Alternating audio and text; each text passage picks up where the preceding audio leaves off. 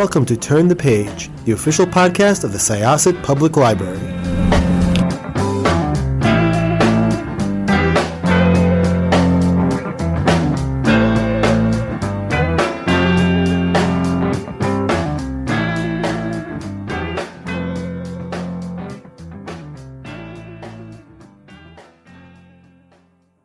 This is Jessica with Syosset Library's Turn the Page podcast, and my co-host today is Jen. Hello. And we are very excited today because we have an amazing guest who has an amazing past himself and has written a book about an amazing person as well. Okay. Hi, my name is Jeff Alulis, and I am a writer and musician and filmmaker. I try to stay busy. Most recently, the book I wrote that's out now, or I co-authored rather, is called Set the Night on Fire, Living, Dying, and Playing Guitar with the Doors. And it is the official autobiography of Robbie Kreiger from the Doors. Which is awesome. Yeah. It's a so cool book. Everyone go pick it up. Well, it's a really great book, and we're going to talk about that in a second. I think I have to just kind of throw out there that I've actually seen Robbie play twice. Mm-hmm. When I was younger, there was a club in New York City called the Wetlands. Okay. And Robbie used to show up there, I think once a year, and I always used to try to catch that show because it was an incredible show. Yeah, he still plays to this day. He's unstoppable. He just loves music. He'll keep touring until they pry that guitar out of his cold dead hands.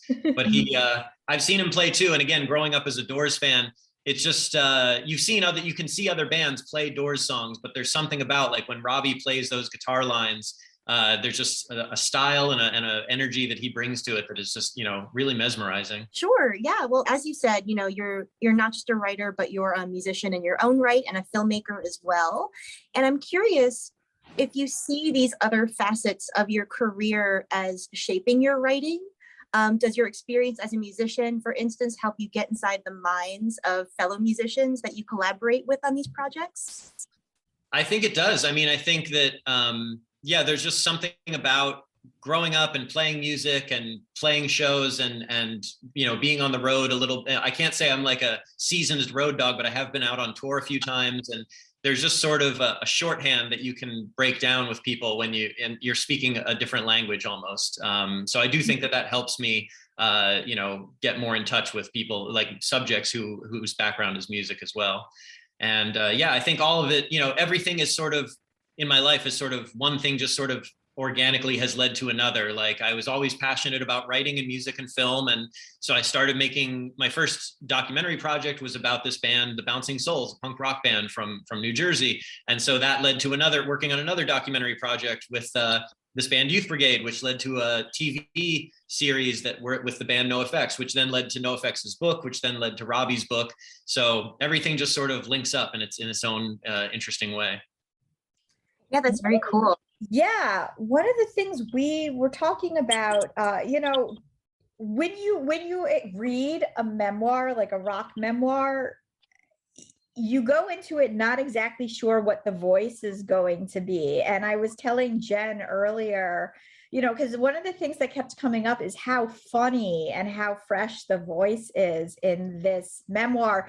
And the joke was I expected it to be like, like when I was back there in seminary school, Right. for lack of a better way of beginning that, just it wasn't preachy. It was very self-deprecating. It was very real. We felt like it was sort of like Robbie having just a conversation about all these things that happened, and we laughed a lot while reading it. Right. Yeah. I mean, that's all Robbie. I mean, anyone who's met him will tell you he's a very humble guy. He's really very generous, very sweet, very soft-spoken. He doesn't speak in like these long philosophical. He doesn't ramble on and try to make things more important than they are. He's very straight ahead, very straightforward. So I'm glad that comes through. I mean, that was the goal. The goal of this was, sitting with Robbie and interviewing him for hours and hours and hours over, the course of months and months. to translate that experience of what it is for me to be a Doors fan sitting in a room with Robbie and hearing all these stories, to translate that as close as possible to the page and give everyone the feeling of what it's like to just be sitting there and have him tell you the stories straight out. So I'm glad, that's really flattering to hear and very good to hear that it comes across that way. Yeah, there was no ego in it, which was refreshing. Yeah, I mean, he sort of got this thing where he understands where the limits of his ego are. Like, he understands like the things he did that he should be proud of, and he understands the things that he can't take credit for. So he strikes a very healthy balance, I think, in that way. Yeah, absolutely. I really love the conversational tone of the book, as we've just said, and how it's not like, it doesn't really adapt or adopt a strict chronological framework. Like, it sort of bounces from topic to topic. It feels like there's a little bit of like free association going on. And he hops between like the past and the present, and it made for a really engaging read, I thought. That's also great to hear. I mean, that, and again, that was sort of a big concern when we set out to do this project that Robbie and I talked about was, how do you tell the story of the Doors yet again? Like, after 50 years, there's all these books, all these movies, documentaries, they've all told the story of the Doors. And I think fans, they know the basic beats of it. Everybody knows, Jim and Ray Manzarek met on a beach and talked about songs. Then they play the Whiskey A Go-Go, Light My Fire hits #1. Jim gets arrested in New Haven. Then there's a obscenity trial in Miami. And then Jim moves to Paris and dies in a bathtub. Everybody kind of has that sense of the story. So we can't just tell those same beats again. And it struck me, both in how Robbie talks and how he would just jump around from subject to subject, and he'd tell one story. Oh, but that reminds me of this too, or hey, let's talk about that. So it just seemed very natural to do it a little bit out of order and have its own. Every chapter has its own very thin thread of internal logic about why it leads to the next one. Oh, we're talking about myth making. Well, let's talk about the movie. Well, we're talking about the movie. Let's talk about no one here gets out alive. Well, we're talking about my parents passing away. Well, let me talk about Ray passing away. And, there was always some connective tissue that we could find to piece it together. So it felt still like you were reading a straight story that had its own logic to it, but without, hitting the same, standard beats of every other Doors book. So I'm glad to hear it worked. I have to mention, just because it was such a surreal moment for myself. So you're talking about the New Haven, and Peace Frog is such a great song. Yes. And I had this very interesting experience, which, I've been a Doors fan forever, but this one experience that happened a few years ago just always comes back to me. So I was actually with my husband, we were driving down from Massachusetts, we're on the East Coast, and we passed the exit for New Haven. But as we were passing the exit for New Haven, Peace Frog was on, and this is a complete random situation on my iPad. It just randomly came up, my hundreds of songs, and as we were passing that exit, that one line, "Blood on the Streets of the town of New Haven," comes up. And we're going right by it, and my husband's like, "Yeah, we're not getting off at that stop." So it was just like, because you talk about myth making in the Doors, and there's a lot of, especially coming out of the 60s, there was like a resurgence of mysticism. You talk about it a little bit, or Robbie talks about it a little bit with the different gurus, which I thought was very interesting. But that was just this very strange, almost magical moment that I think about whenever we pass that exit now, that ties to one of my favorite songs. Like, what are the odds of that song coming up and that line exactly as we pass that? So put that into the mystical arena of the Doors. There it is. Yeah. There's something that always just surrounded them. Like, you can't help but feel like there's something beyond the known world when it comes to that band, for sure. Yeah, I think the book treads a very fine line in that there is a lot of sort of myth busting, you take a lot of the myths that have grown up around the Doors and tell the real story behind them. But there is also a lot of mystery in it too. I think of how Jim Morrison was very averse to explaining the meaning of his lyrics and stuff like that. And I think there's a really it walks a really interesting line of maintaining some mystery and, uncovering some mysteries, I think. Yeah. And again, I think that's, Robby sort of had that in mind as we were going through this stuff. He wants to make sure to correct the record on certain things. There's certain myths that have gotten out of hand. There's certain things that irk him a little bit. But then there's also, how can you write a Doors book without introducing some new controversy or some new mysteries? So, there was always little things where he's like, all right, and let's put that in. And, he's like, well, I guess people will puzzle over that for a while. So, it's just part of the nature of the band. It's like, there's always going to be some new mystery, some new interesting fact that comes up, some new coincidence. I'm trying to think. It's like some of the examples he talks about how he had a very brief discussion with a doctor before Jim left for Paris, where the doctor.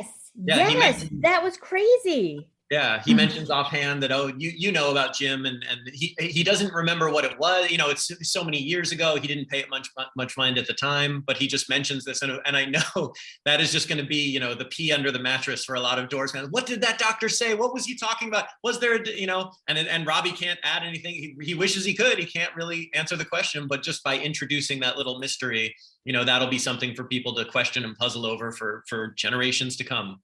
And what exactly Jim did to get a grade Z on his draft? Did they actually say that? Or did he just make that up? Was he just like, I got a Z, let's just get out of here? Yeah, I think that's it's yet another mystery. That's one where, that's a myth that has grown up over the years, and Robby was happy he's like, that's what he said. So we're gonna, no one knows. And I don't know how they never contacted, and Robby doesn't know. Robby never was able to get a hold of the draft records. And so we actually, in the course of researching the book, we actually tried to reach out to the Selective Service Administration and try to get all the draft records for all the band members. But first of all, due to COVID, all the offices were closed. You couldn't really access records as easily. And also there was some big purge, I think, that happened over the years where they got rid of a lot of basic stuff and attached letters and all that. So they just have very basic records now. So so who knows? But that's, again, Robby was happy. If there's a myth that he can't solve one way or the other, he's happy to let it live on forever. So that's one of them for sure. And I still want to know what the doctor wrote in his letter. Yeah. Oh, again, I tried to seek it out. I'm like, it's got to be in a file somewhere. And we tried as best we could, but we couldn't dig it up. But maybe someday someone figures it out or goes through the right box. We'll see. Yeah, something that surprised me in this book was, and I think this has a lot to do with what we've talked about earlier, about the sort of the lack of ego and the sort of collaborative spirit that Robby brought to the Doors. I was very surprised that the band was as collaborative as they were. I had, as a teen, when I was into the Doors, I had always assumed that Jim, the poet, wrote all of the lyrics and that the other band members wrote the music to accompany them. But it was a lot more, again, collaborative than that. And I'm wondering how that sort of spirit came to your collaboration with Robby. Did you find it easy to collaborate with a person on their biography? Well, definitely with Robby, it was very easy. I think, he was very open, very into collaboration. He knows where his stories are. He had certain things that he made sure he wanted to get across. But he recognizes, he's not a writer. He had, before I got started with him, he had 40 or 50 pages of stories kind of jotted down, where he had little rough drafts of stories, which was also one of the reasons why we went with this nonlinear format, because that first rough draft, it was just stories as he remembered them. He would write them down. So it seemed very organic to do it that way. But he, and it was really interesting stuff. It was a lot of stuff about his childhood, things that you wouldn't get from researching anywhere else. So that was a huge help. But yeah, it's like, okay, Robby, I see what you're trying to do, but let's put this part here and move this part around. And it worked really well. And he was very flexible and understanding. And one of the things I give him a lot of credit about is, in terms of just being forthright and honest about everything, I never got the sense that his foot was on the brake in terms of telling the truth about things, how things happened, offering up, the intimate details of his own life. And I think that that's what makes for really great memoirs, is when people are completely open and completely honest. The more you hold back, the more the reader, I think, can feel it. And there was just never a time where I don't think there was ever a time really where he stopped and said, well, let me think. I'm not sure if I want to share that. He was just open about it. I would go into interview sessions and be like, okay, today, Robby, I kind of wanted to ask you maybe about some of your history with drug addiction, or talk about your wife's abortion, all these like really sensitive subjects. I'd be like, okay, so, and then he would just dive right in. So I couldn't have asked for, a better working relationship with him. They say a lot of people tell you don't meet your heroes because it can be disappointing. I think meeting Robby was such an amazing experience, and it's done nothing but deepen my love for the band and the respect for their music. And he's a great guy. And if you have a chance to work on a book with him, I highly recommend it. Oh yeah, totally. Tell him where we are. We're Syosset, New York, hometown of Judd Apatow and Natalie Portman. So we got some credibility. But Right. but in the meantime, thank you for writing a book with him. My pleasure, absolutely.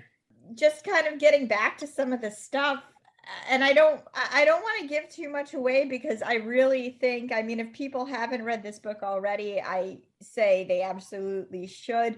But some of the things that we really loved and we've been talking about was, again, not just myth busting the Doors, but also some of the romanticism of the 60s too. There's a part where he's talking about an area in California where all of these popular bands from the 60s just kind of lived together and, would be playing music together. And I don't want to give the last line of that chapter away, but you know what I'm saying. Oh yeah. And I had to read it because when I'm reading this book, I had to read it out loud to my husband, and we both just kind of burst out laughing. And he's like, well, there's putting a pin in that balloon of the hippie lifestyle. It was very beautiful. And then it was like, but there's also this other part to it, which was just great.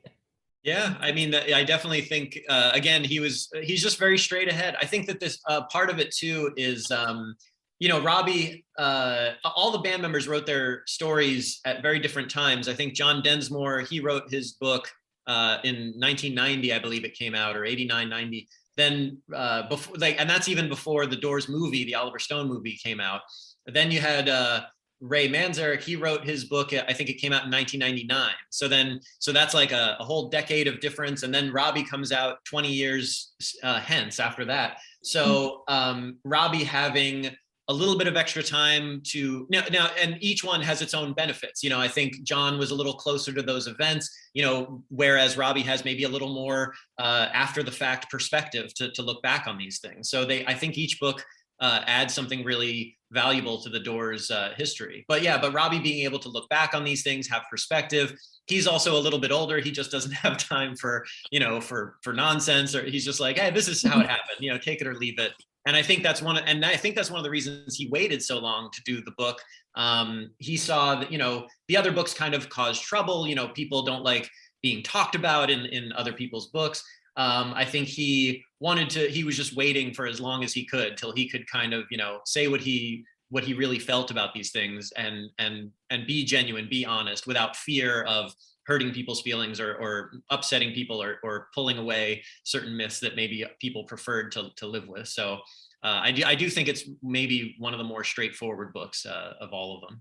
Robby touches upon this at the book, how much about the movie and how much Doors history is remembered as the movie.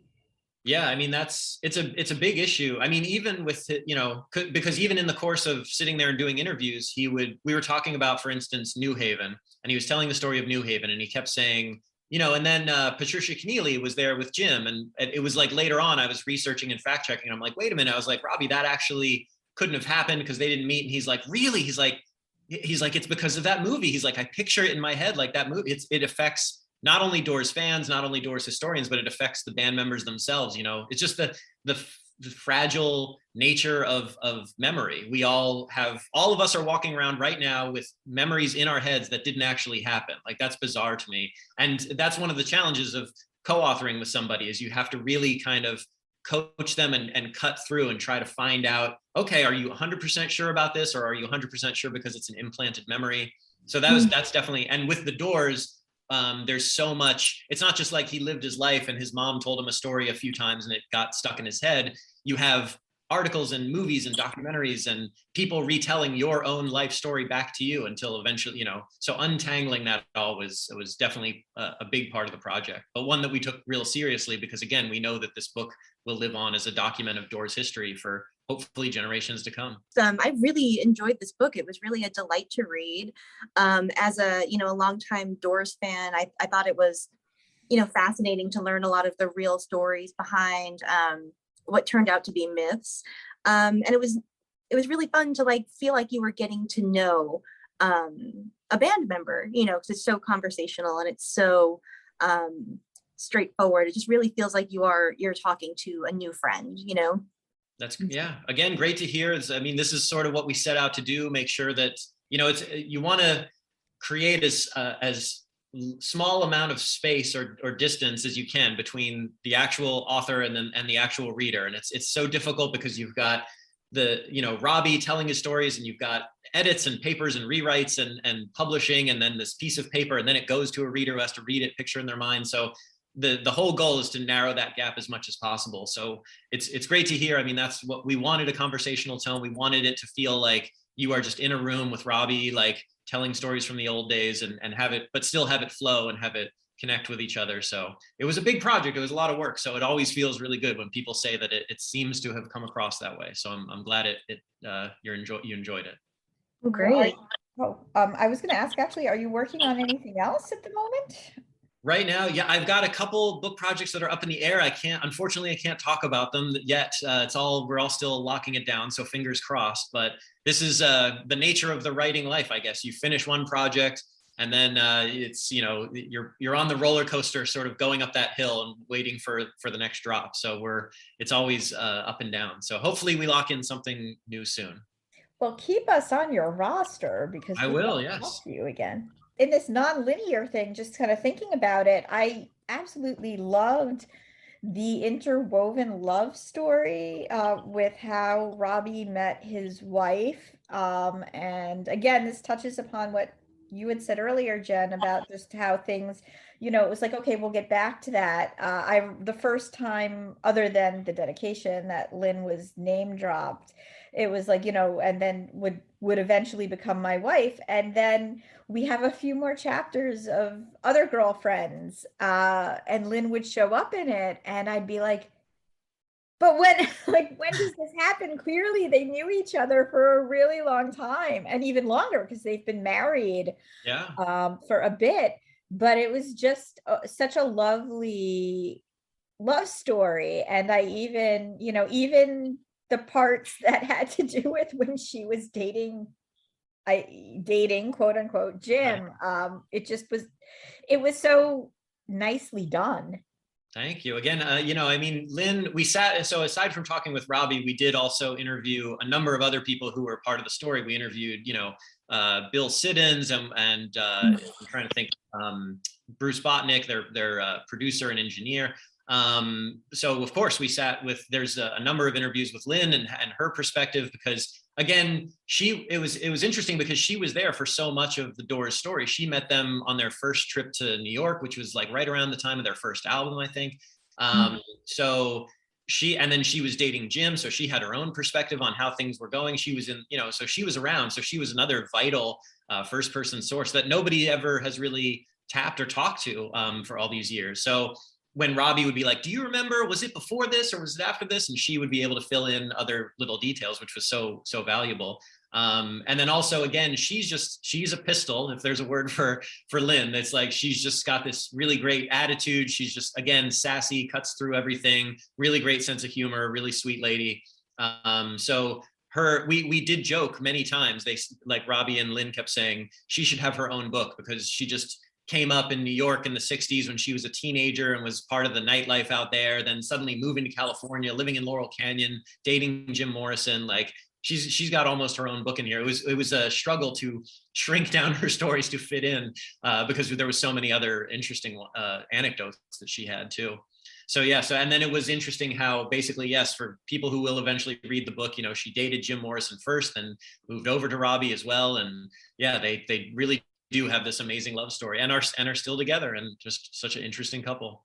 Or maybe he closed in on her a little bit. I think, yeah, I mean, I think it was very clear Jim was with other people, and it was this. It's so interesting to talk about the 60s and how the rules back then were just so different from the rules now. And so it was just a thing of nobody was allowed to be jealous. Nobody was allowed to get upset or uptight about things. And it's like, oh, you're with my friend now, that we dated for this long, but now you're with my, so that was okay, cool, man. I'm cool. Like nobody was allowed to be uptight about anything. So these are things, I don't know that love story would have played out the same way in 2021. So glad it worked out for them.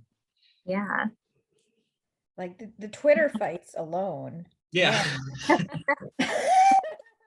Definitely. It all would have been a very different, it's all different I mean, every element of the Doors story, it's so interesting to think about, how they would exist in a modern context. You couldn't just come out and put 7-minute songs out on the radio. You couldn't, appear on TV this way. You couldn't talk about the same subject matter.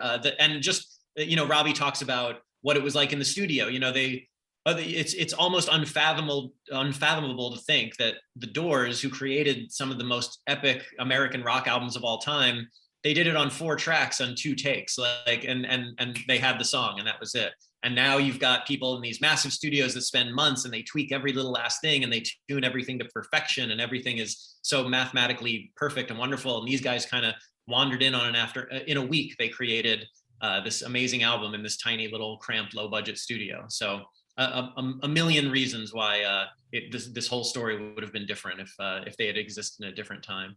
And another thing, actually, that I was thinking about when you talk about the 7-minute song, and it was something that kind of came to mind when I was reading the book, is so Bohemian Rhapsody is also a very long song, and even though they're very different in sound in general, but I can see sort of parallels between Soft Parade and Bohemian Rhapsody, and maybe a little bit in reception. Like what are you doing? You're writing this 7-minute song that changes the type of music, and now we're doing this, and now we're doing that. And I thought that it was very interesting. I was like, oh, maybe in a way, even though they're miles apart, Soft Parade is a precursor to a type of Bohemian Rhapsody song where, they're just like, you know what, we're just going to do this. And people might call it pretentious, but future generations love it. I think that song is fabulous, both of them, but I'm talking about Soft Parade in this situation. Sure. I think it's sort of this natural thing that you see with most musicians is this urge to explore and this urge to top yourself. And so I think every band you can name, like they started off from very simple roots, they slowly built, and then bit by bit, they want to expand, they want to try new things. I think that's just a natural creative impulse. And then, so the trick is, where do you say stop, and how far, you can take it too far, you can go too far out there. I don't know if you guys have seen this movie Walk Hard. It's like a parody of all these rock movies. And so there's a moment where he's in the studio and he's got like an orchestra and he's got goats and he's got, tribal drums and he's got a million aspects. And he's like, it needs more didgeridoos. We need 50,000 didgeridoos in here. It's like, that's always my line when artists go just a little too far. It's like, okay, you put in the 50,000 didgeridoos. It was a bit over the top, but I do think there's value in all that experimentation. I think you want to, flesh things out, and sometimes it works and sometimes it doesn't. It's one of the revelations I actually came to with the Doors working on this project, is that you'll see like the Doors hardcore fans absolutely love them in this deeply passionate way. But there is also like a lot of people who really hate the Doors in a way that most people don't hate other bands. Like it's very split. There's very few middle of the road, I kind of like the Doors people. There's a lot of lovers and haters. It's very extreme. And I think that my personal, theory, for whatever it's worth, I think that it's because when the Doors stepped up to the plate, like they always swung for the fences. Like there was no half measures, there was no bunt, there was no, let's just get a single and get a guy on base. It was always like, let's just go for it. And sometimes when they connect with the ball, it's a home run, and they get you got your break on through, you've got the end, you've got like these epic songs that are huge, Spanish amazing Caravan.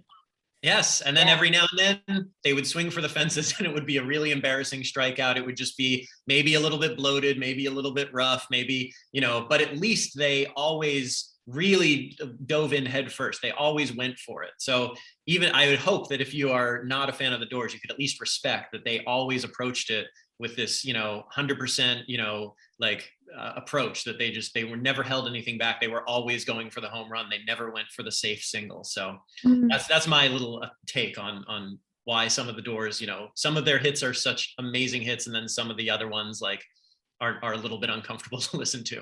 I think that's a great point. And I think that, it really shows that they were risk takers. And I think that sometimes being able to, or not afraid to take risks, produces the best art. And, for all of the misses, there are so many great wins, that it absolutely, I think, evens out.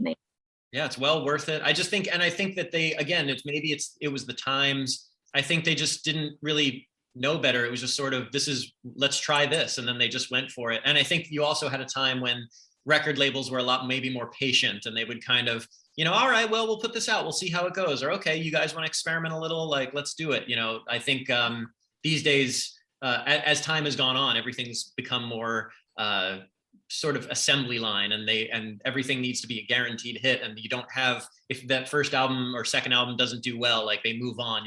Back then you had a little bit more freedom, a little more room to explore. So which I think benefited the Doors.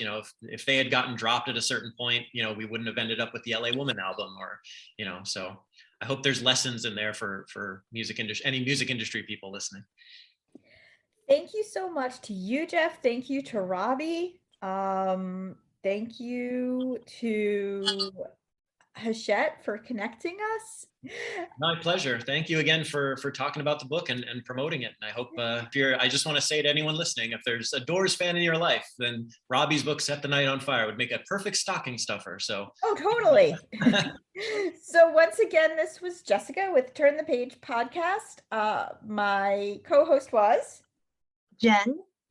And our guest was Jeff Alulis. All right, we are going to close this chapter. It's time to close this chapter of Turn the Page. Join us for the next episode.